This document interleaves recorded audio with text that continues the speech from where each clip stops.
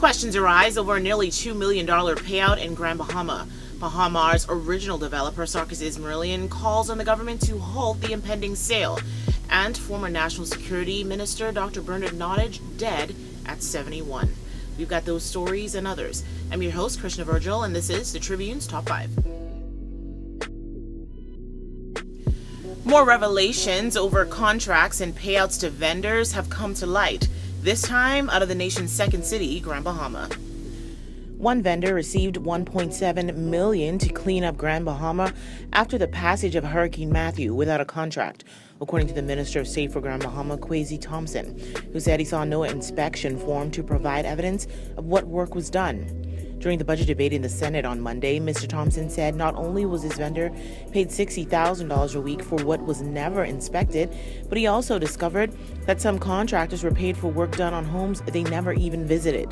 He said these matters have been turned over to the Auditor General and the Office of the Attorney General for investigation. Mr. Thompson spoke of one case where he visited a home in Pioneers Way where he said no work was done, even though the home file indicated that an inspection was completed and a contractor was paid. By contrast to prominent Progressive Liberal Party politicians who have continuously defended the party's recent record, Exuma MP Chester Cooper promoted a plan for the party this week that includes apologizing to Bahamians and acknowledging that internal errors, including ignoring scandals, led to its recent general election defeat. Mr. Cooper said another misstep of the former administration was the protection of the party's interests over those of the country, adding that the PLP was not accountable or transparent enough. His striking critique came during a speech at the National Progressive Institute. The NPI is a policy advisory group for the PLP. Mr. Cooper's statements on why the PLP lost the recent election contrasts with the publicly expressed views of the PLP's leader, former Deputy Prime Minister Philip Brave Davis. Mr. Davis said during his contribution to the budget debate last week that the FNM won the election by perpetuating false narratives about his party.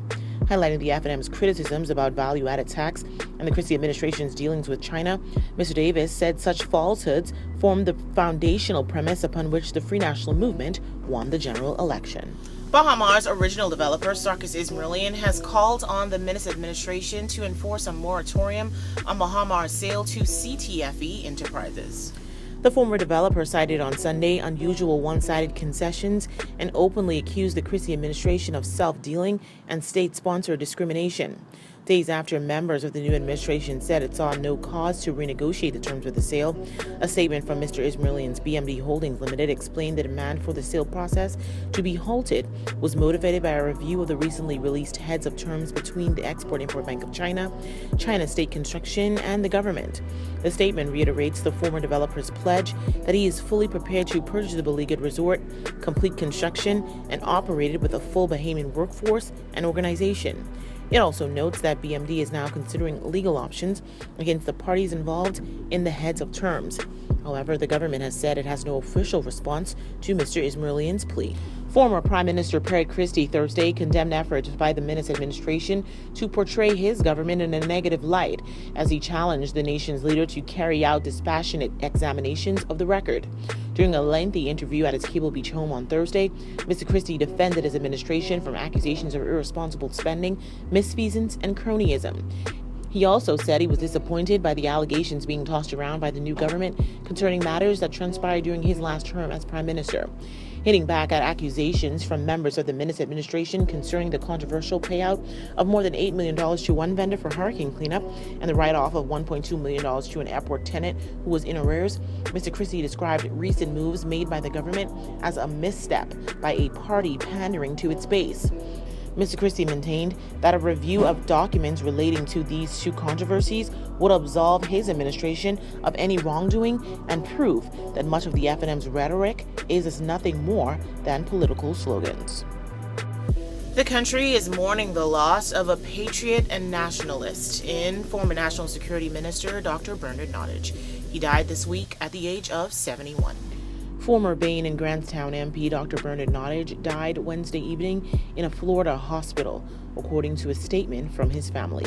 The 71-year-old was airlifted to the United States on Friday after spending 3 days in the intensive care unit at Doctors Hospital.